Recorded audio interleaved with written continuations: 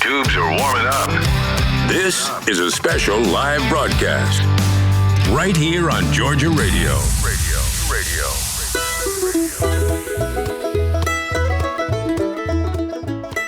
Well, everyone, we want to welcome you to Georgia Radio and Georgia Folk and Farm Life Radio Show. I'm Wade. Most of you know me, Wade Peebles, and I'm here with Matt Jolly. And not for long. I'm telling you that right now. If you, I'm headed into a thrashing, and I know it. I can see that look in your eye. Feel it coming? I can see it. Well, tonight I'm going to. We don't have a guest, so we're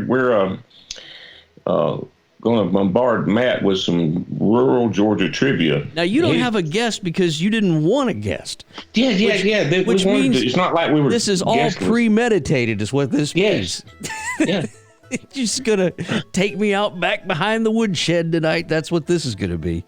From time to time, we'll do shows without guests, and Matt, when it's just you and me, it's going to be you. You know what I'm saying? You're going to be. Mm-hmm. It's hard to pick on myself, so I'll be your huckleberry. Come on. You'll be my huckleberry. That's right. Hey, by the way, phone lines are open tonight. 678-390-8633. Please call in and help me out with these questions, because you've already asked me one of them, and I'm sitting here. I've got my I got my book that I bought the other day, the Georgia Studies book, trying to get spooled up.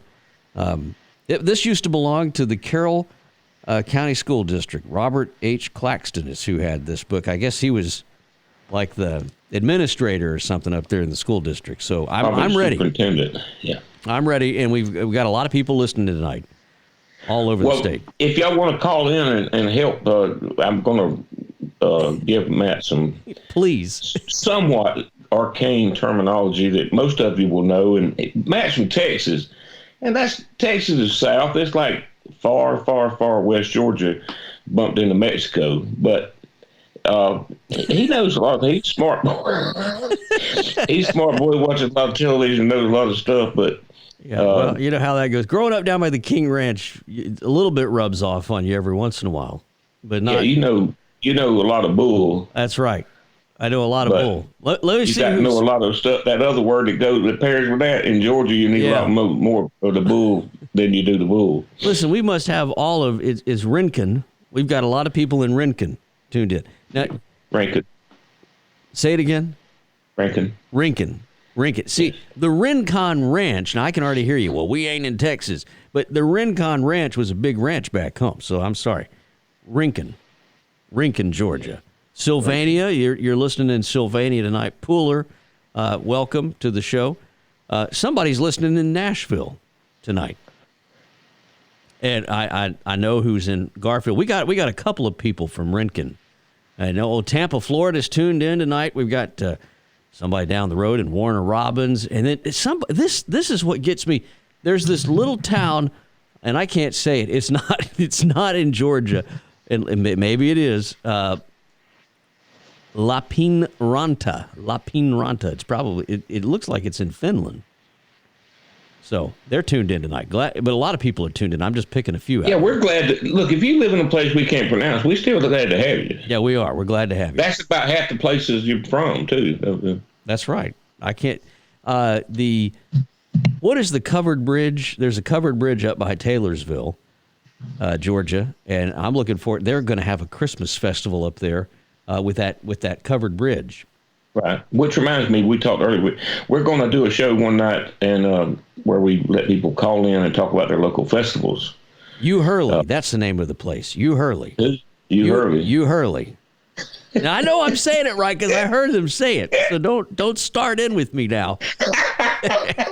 don't start in with me. All right. Leave that one right there. Yeah. U Hurley. All right. I'm ready. Hit me. First is cat face. You know what a cat face is? I know what a cat face is. That comes from turpentining, and that's where you scratch that pine tree, and it makes a cat face. It doesn't really look like a cat. It looks like whiskers. Y'all should have called it a whisker. That's why they call it cat face, because you scratch it into the tree. It's like cat scratching. Oh, it's not supposed to look like. Oh gosh. Yes, I'm just pulling your leg. When you said scratched into the tree, it's not scratch, it's cut. Yeah, it's cut. I was being humorous. Now I got a question. What kind of, because just any old pine tree is not going to do. It's got to be a certain it's got to be a longleaf or a slash pine. They're the only ones that have enough tar in them, enough rolls in a tar to make it worth tapping them for turpentine. Yeah, and if you look at a cat face, a mature, you might say cat face, one that had been worked several feet up the tree. It doesn't look like a cat face. But if you look at one early on when it's only about, less than a foot tall, it has ears. It's a chevron shape. So it's a chevron shape that reminds people of a cat's face, but it loses that. You think where is all of our turpentine coming from now? It comes out of pulpwood mostly. When they started making. But it's still here. I mean, it's still coming from here. The average person doesn't use turpentine as much as they used to, and people using it for paint thinner, other thinners have replaced turpentine a lot, but there's still a lot of turpentine used. And other rosin products. It's not just turpentine that came. You got hard rosin from when you process the gum that was tapped from the trees. You got the gum spirits of turpentine. You ran it through a still, just like a whiskey still is the same thing. You just distilled it.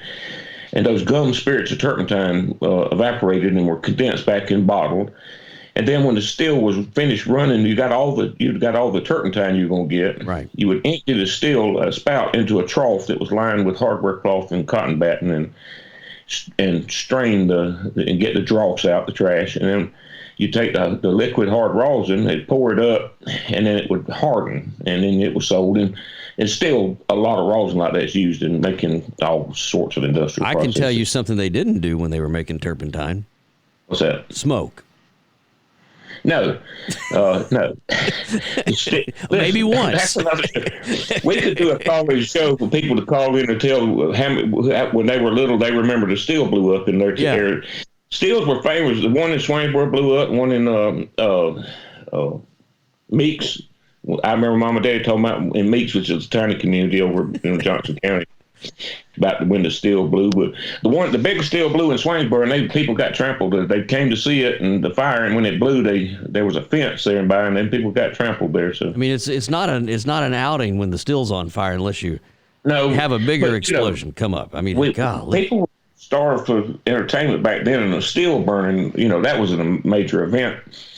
In fact, the only steel that still runs around here is the one in Portal annually they have the Turpentine Festival. And several years ago, they had a fire at the festival, and the steel was damaged, but it's been repaired, and they have a little more safety features in. All right, we got. You got to get me. I got that one now. We got some folks joining us tonight from Ella J. Okay. What's that big city up there that? Oh my goodness. The big city begins with an A. How do you say that? I try not to say it. We got some folks from up in Atlanta tonight. We're glad you're here. And Thompson, Columbus tuned in, Richmond Hill. They're just coming in all over the place tonight. Give me your next one. I'm ready. Hit me. This is going to be easy. A pie safe. You know what a pie safe is? A pie safe? Yeah. There's no such thing as a safe pie in a pie safe. That's the reason they put it in the safe. Yeah, but it's not safe. It's that I saw 3 of them today. Out at pies or safes? Safes, pie safes. Yeah, a little thing with your metal front or on a wood frame.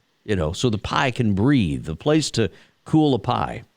Yeah, well, you're right. A pie safe, but rural people back before refrigeration, a pie safe held pies now and then, but it mostly held things like biscuits and leftover ham and side meat and leftovers. That's where you put the food to keep the cats.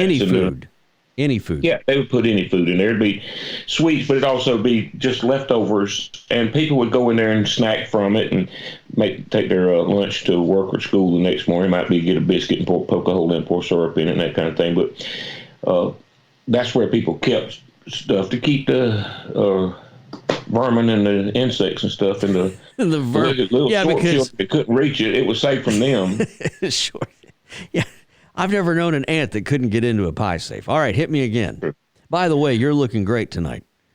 We're gonna have to figure this out because Wade has upped his game tonight. He's now coming to us from a room that he's modifying into a studio, but it's got a big red wall in it. Yeah, which means how you cleaned your room when you were a kid? Yeah. I shoved everything in this room that could be seen by the video camera that you're looking at to the other side of the room. Out of view.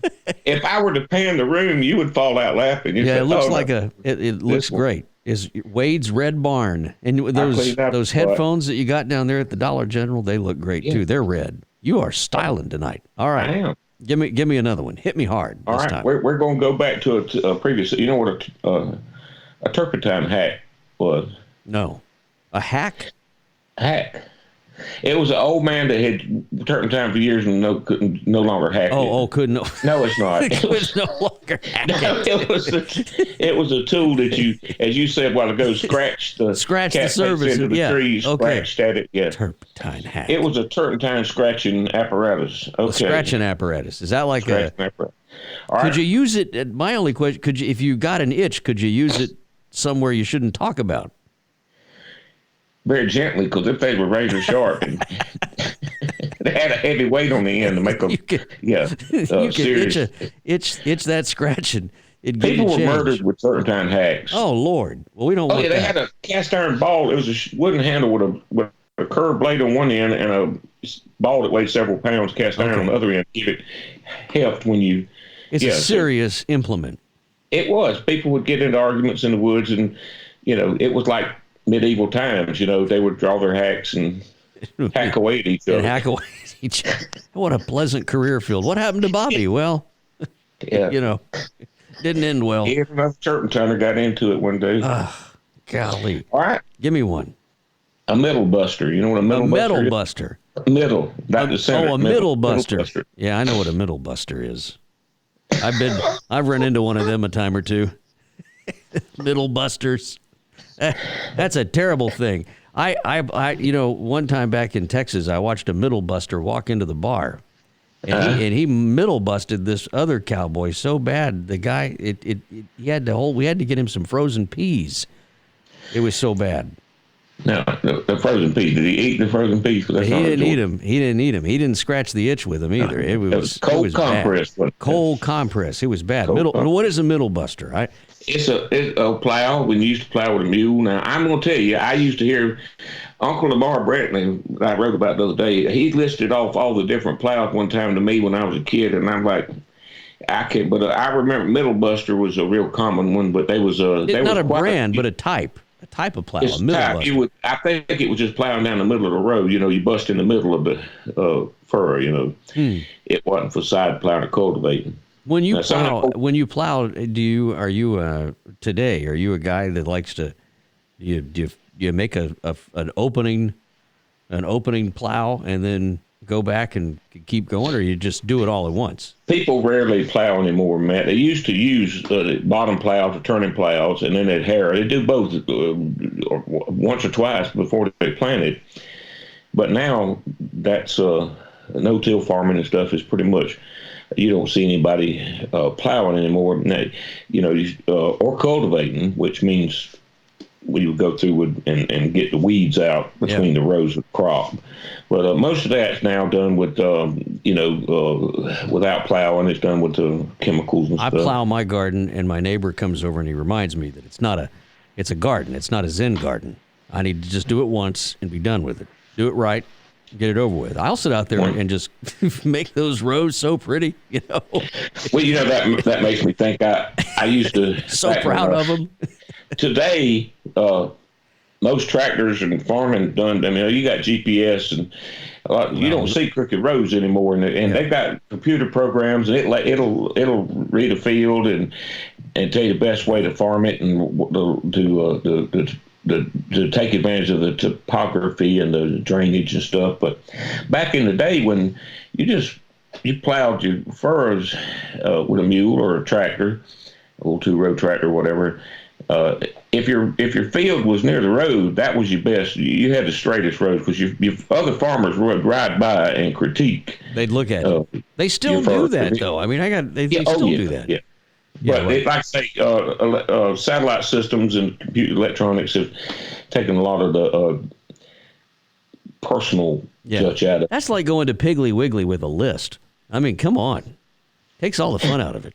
Get in there and get dirty and see what you want to eat. All right, what do you got for me? You're grinning right now, so I know you got this. Now, we wrote about this the other day, and this is not just a Georgia thing. It's kind of universal, but people used to a match safe. A match safe. Match. Like you strike a match. Well, I mean, I can kind of imagine what it might be, like a thing to keep a kid out of a match or something. I mean, that was bad news. If you had a kid to get on. Yeah, people use matches a lot more than they do now. Back when you use lamplight and fire heated wood and so it would actually keep the match safe, or is that? Well, am I not? It serves several purposes. You would put them in my grandparents used a baby food jar, and they had a little hole drilled in the metal lid, and you would drop, shake it one out the hole. You know what I'm talking about? Pick it up and shake it, and one comes out. But it kept them dry. You'd keep them on the mantle above the fireplace usually, and in the kitchen if you cooked with wood, or if you heated wood, if you had lamps. But it kept the old strike anywhere matches. There was a folk belief, and it probably happened, that mice would chew on the ends, and they would strike, and the little mouse would burn up, and so would your house. Yeah, that was bad. Yeah. So my grandmother remembers that. She remembers watching their house burn down out in the field. Wow. And they think it was because of something like that. Yeah, you could see, I think that the mice were attracted to the chemicals, like phosphorus and all this, and it's in the match tip. They would gnaw that. And I can see a really poor, dry-toothed Georgia mouse. Hard up. Yeah, hard up. And there goes the place, If I could just eat this match. There you go. Match safe. There you go. Match safe. All right. Now, but they didn't make them. It wasn't like, because I always look for those. Yeah, you could buy match safes. They had decorative. No, but I meant like the ad ones, the advertising ones. Smith Wicks Feed Store and all that stuff. They wouldn't. That's right. You could find those, huh? Okay. Yeah, that'd be fun to. That's like those bread. The bread doors. I mean, you can't find that kind of stuff anymore. We had, that reminds me, you remember a while back I wrote about the old Coca-Cola buttons, the big red button signs, and how they used to be everywhere, and now you don't see them anymore. And a very nice lady on the group said, her comment was, she said, "Oh, yes, my husband used to collect those. He used to bring them home all the time, but since he died, not so much." I hate it when that happens. And, bless her heart, I'm like, it made sense to me. But since he died, not so much. Since he died, not so much. Yeah. Well, that's all right. I could do I wish she was listening to that. Of funny comments sometime. Well, we had a request today. Did you hear it? The lady that called, well, she wrote me, and she wrote me twice. She wrote me the first time, and she said, "Can you play a song? It's the first song we ever danced to. My husband and I ever danced to." I said, "Absolutely." She hit me on the chat window. We have a chat window. Did you know that? You can chat with me from 10 to 2.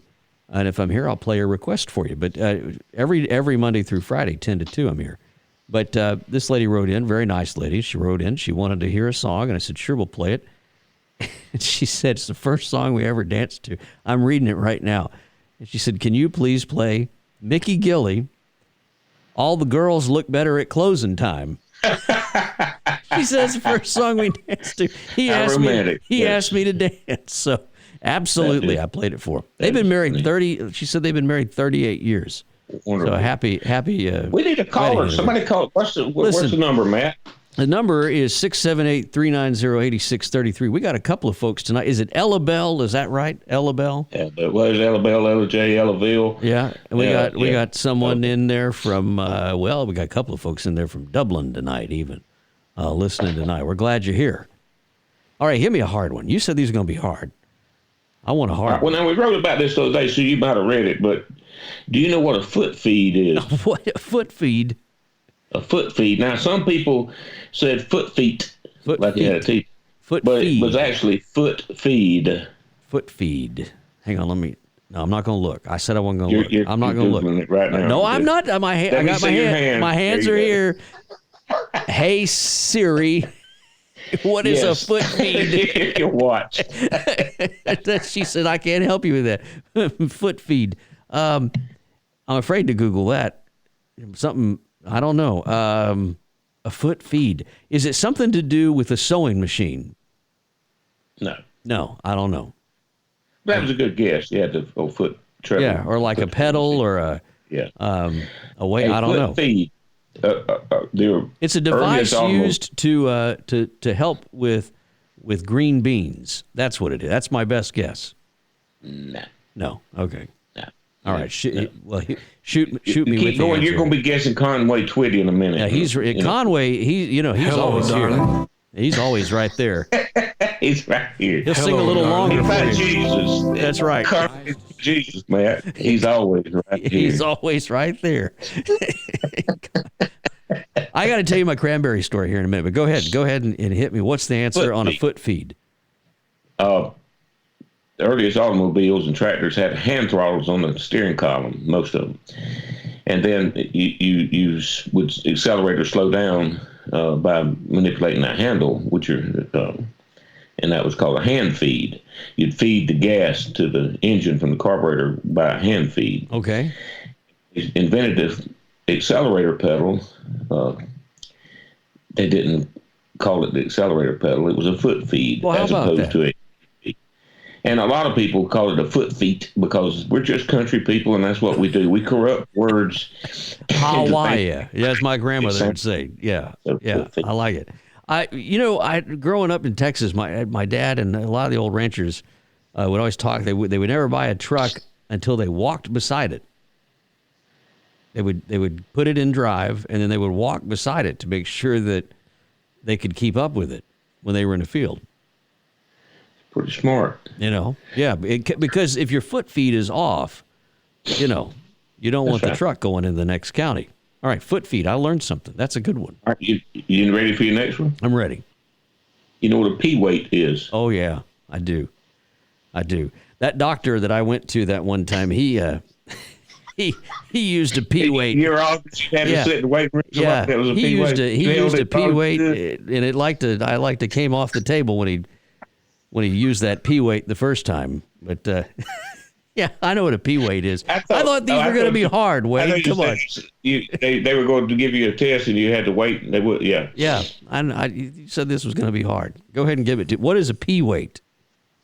You've seen the old steel? They call it a steelyard or a steel yard weight, an old steel weight that they would weigh cotton and peas and everything else on the farm. And it had weights that would hang on them. You would slide them back and forth. Oh, yeah, like on a scale.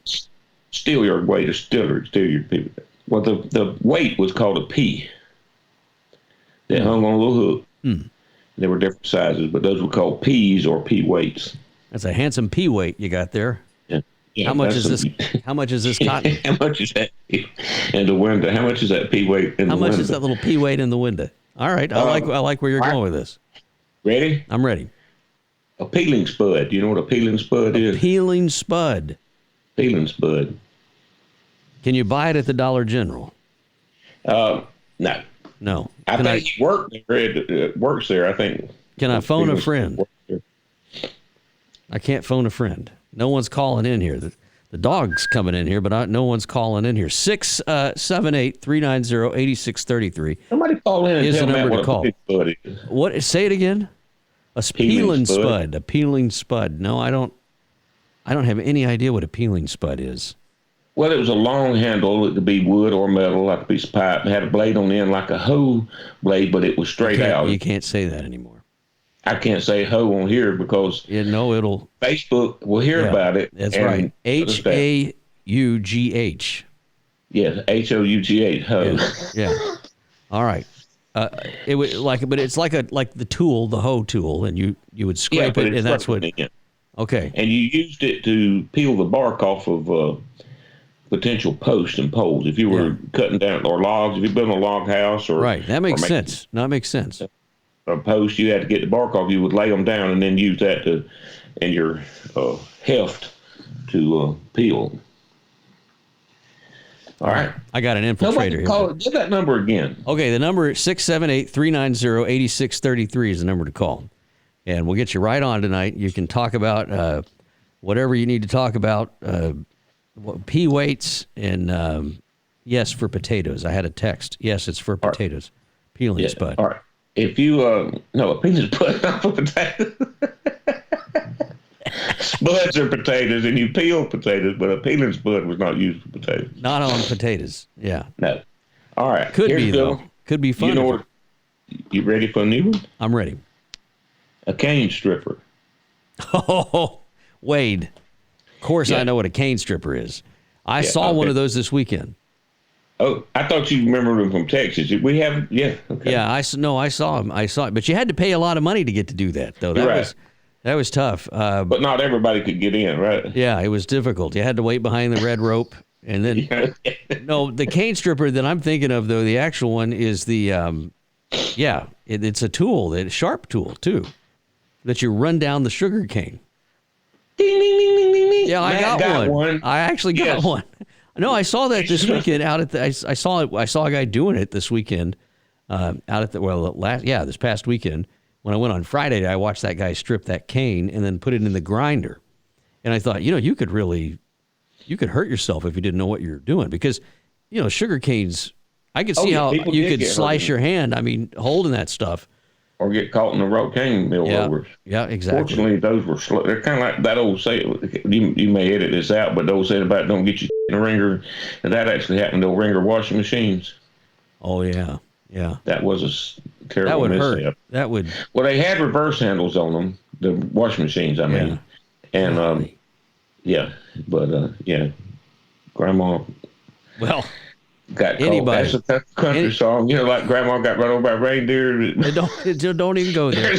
Don't even non-holiday version of that. All right. Ringer. All right. What else we got? We got a few minutes left here. If no one's going to call in tonight and help us out tonight. You know what a mud puppy is? A what? Mud puppy. Is that like crawfish?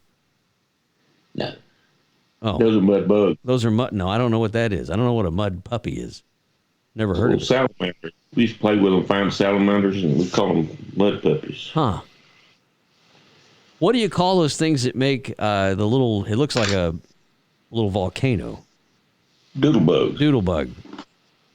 Antlions. Yeah, I've seen those. You get them under the overhang at a barn or whatever. Right. Yeah, all the time. Yeah. I've seen it. I've seen a drought so bad once that we had doodlebugs out in the open. That's begging for water, right? Yeah. That was back when you walked uphill both ways. Hey, phone line's open, by the way. Phone line is open. Don't be bashful. 678-390-8633 is the number to call in tonight. If you've got something. Another one? Hit me. I'm ready. You know what hog lights are? Oh, yeah. Yeah, we used to have those. Lights. Yeah, we had those back in Texas. Hog lights. Well, I mean, a pig is an animal of rather poor sight. And at night, they cannot find the slop trough without a light. So, Grandma used candles on hers, and that was the making of the first pork chop. It was horrible. I could still hear him squealing, all the way down there, but it was terrible. But yeah, anyway, pork light. Yeah, I know what that's exactly what that. It's a candle for your pig to see with at night. They get pulled over now if you don't have two on either side now. I mean, you know how that went. That might be a good way to have self-swinging pigs. You don't have to swinge the hair off of them. They can just do it themselves. If you get a bad pork light on them, it's all over. A hog light is the lungs. And when you butcher a hog, people they'd eat the liver and lights. You chop it up and cook it together. Liver and lights. That's like blood sausage and all that other sweet stuff. breast, which is the pancreas. And I think it's illegal to sell. You can't buy, I think, like lights and sweetbreads and things at the store. Hang on, caller. We got a caller here. Okay. Hang on a second. I got to figure out. How many buttons you got? Well, I got a bunch of buttons. How are you? Good evening. Well, I'm going to tell y'all shouldn't let Grandma get hung up in that wash scene like that. And if you ever get a stink bug in the back of your throat down to your windpipe on a motorcycle running like that boy hung on that suspenders on that rearview mirror of that car that time, just call me. I know exactly what to do. Okay. Now I'm back to listening to the show. All right. Thank you very much, caller. Glad you called in tonight. There you go. Our first caller tonight. Stink bug back of your throat. Yeah. How many buttons you got? Got a few. All right. That was fun. Hope he calls back. Somebody else called it. All right. Do you know what a stump knocker is? A stump knocker. I feel like one tonight. Yeah. No, I don't know what a stump. What is a stump knocker?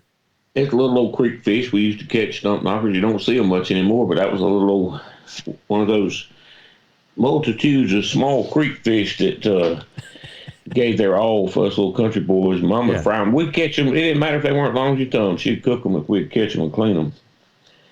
A stump knocker. I haven't heard that one, but I like it. Well, here's your good one. Now, a lot of people get excited about this. You know what a Wayne Doodle is? Oh yeah.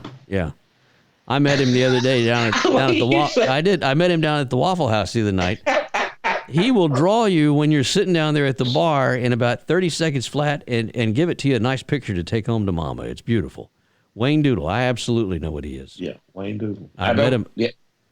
You got another Wayne Doodle you want to tell me about? Because Wayne is WHANGDOODLE. Wayne Doodle, or also known as a dumb bull. Oh, I don't know what that is. That was a dumb bull. A dumb bull.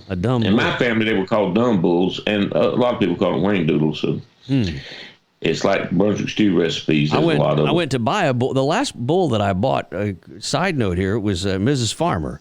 Mrs. Jean Farmer. She was in her 80s when I went down there. My buddy Phil and I went down and we helped her buy a bull. And she said, I want that one right over there. And we said, well, we don't recommend that bull, Miss Farmer. And she said, no, that's the bull I want. And I said, well, how do you know that's the bull you want? She said, that's the bull I want. So she bought the bull, and when she went to register it, we said, what are you going to name this bull, Mrs. Farmer? And she said, well, I'm going to call this one King Richard. and the gal behind the counter, standing there at the bull store, where we were buying this thing at, in the bull store. And she says, and what is his name to be?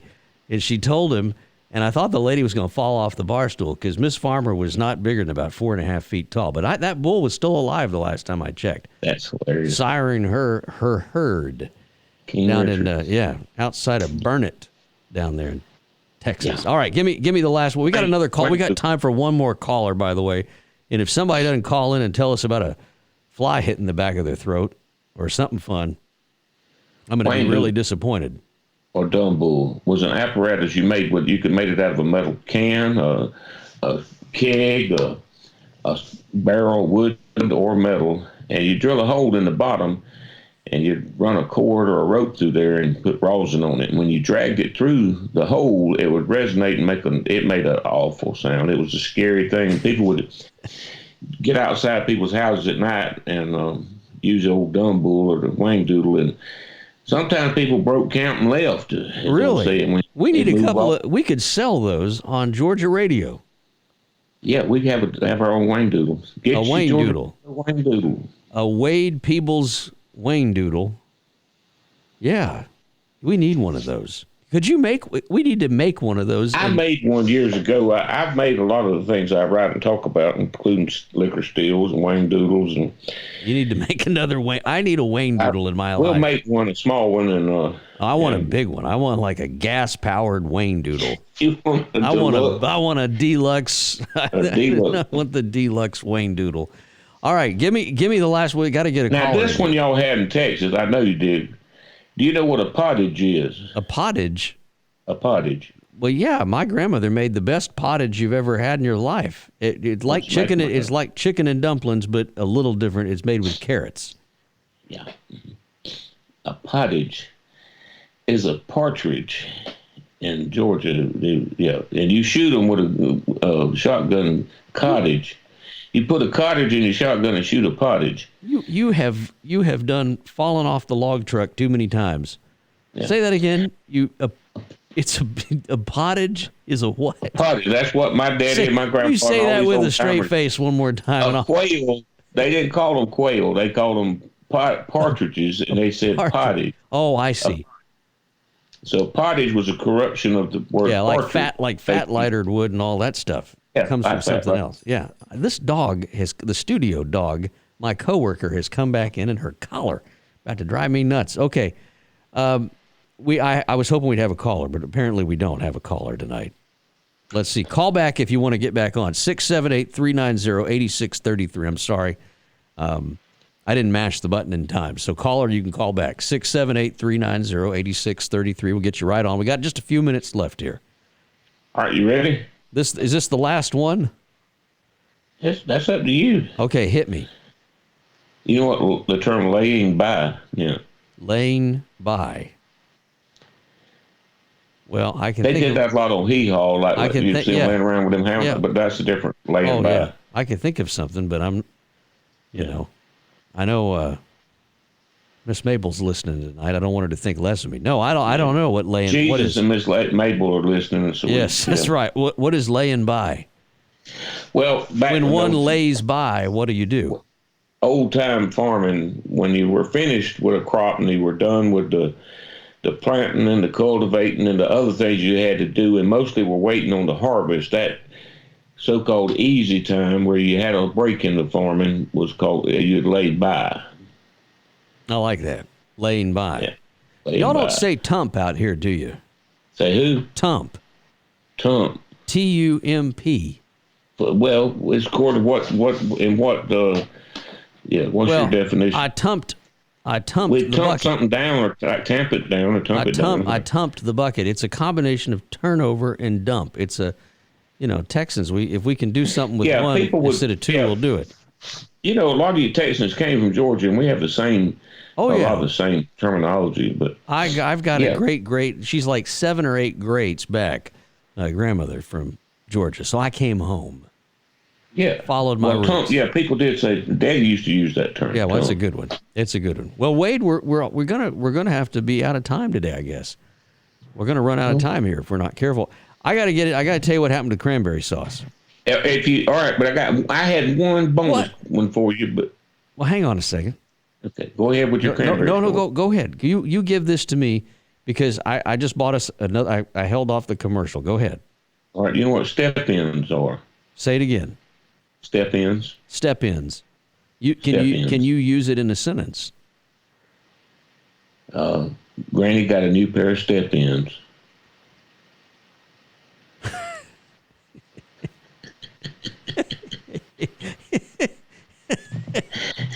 It's a step-ins. Granny got a new pair of step-ins. Yeah, I got an answer for you. I got an answer for you. It's either I can't. No, I'm not going to do that. Remember Jesus and Miss Mike? Yeah. It's a good one. It is a good one. Oh Lord, it's a good one. But Miss Mabel and Jesus are listening. We don't want you to step in it. Step-ins. A new pair of shoes. No, it's mostly store-bought drawers. Store-bought drawers.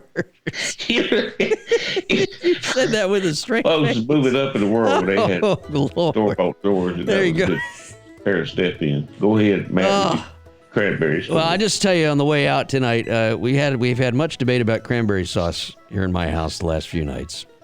After you talking about how Jesus ate ocean spray at the Last Supper with those nice little old ladies served him, So that was funny. But no,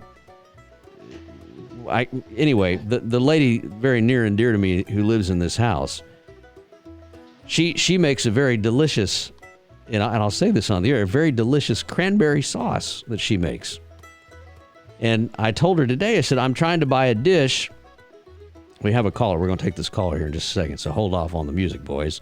But she has I said, I want to make a very nice dish and get a nice dish for our table so I can serve some ocean spray cranberry jelly on our Christmas table. And she says, well, she goes, well, where are you going to put the cranberry sauce that I made? And I just looked at her sitting across the table and I said, well, how about the trash? To which I didn't get a very polite stare back. But anyway, caller, you're on the air. Good evening. How are you? Good evening again. Well, good evening, caller. About them step-ins. I got a step cousin that had some step-ins. You got a step cousin that has some step-ins. That's high living. Yes. No, it's dangerous. It's dangerous. There's wool socks. His wool socks ain't been washed in half a year. He take them off, everybody else will leak.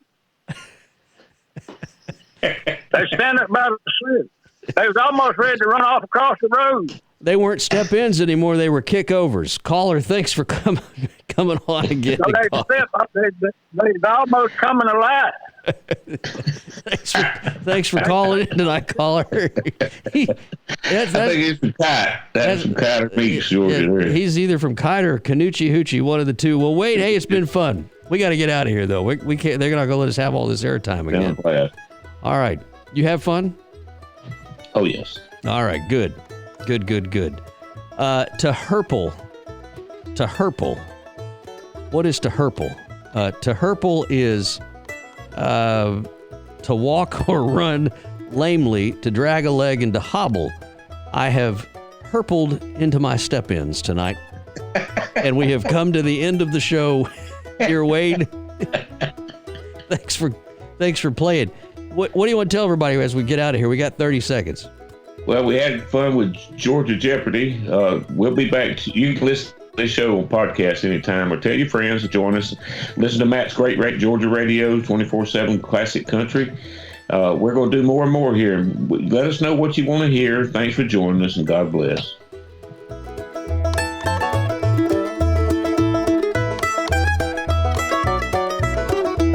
Y'all been listening to the Georgia Folk and Farm Life radio show right here on GeorgiaRadio.com. We're glad to have you. Tune in tomorrow. We'll have a whole lot more fun at 10 a.m. with the lovely Miss Paula tomorrow from the Kingsland Catfish Festival. You heard me right. Is there anything more Georgia than a catfish festival? She's going to be joining me tomorrow morning, November the 20th at 10 a.m. For the Kingsland Catfish Festival. Wade, you're gonna join me tomorrow for the Kingsland Catfish Festival, right? I'm gonna try to be there. We're gonna have fun. Wade broke down today, and he called in still. We still had him broke down, and I said, "Well, how are you gonna get home?" And he said, "Well, I'm only 4 miles. I'll walk." And I said, "You can't walk 4 miles home with your log truck on the side of the road." And you said, I'll just pull up my pants leg and get a ride. There you go, everybody. They'll take me home or they'll take me somewhere. All right. Good night, Brother Wade. All the best country. Georgia Radio.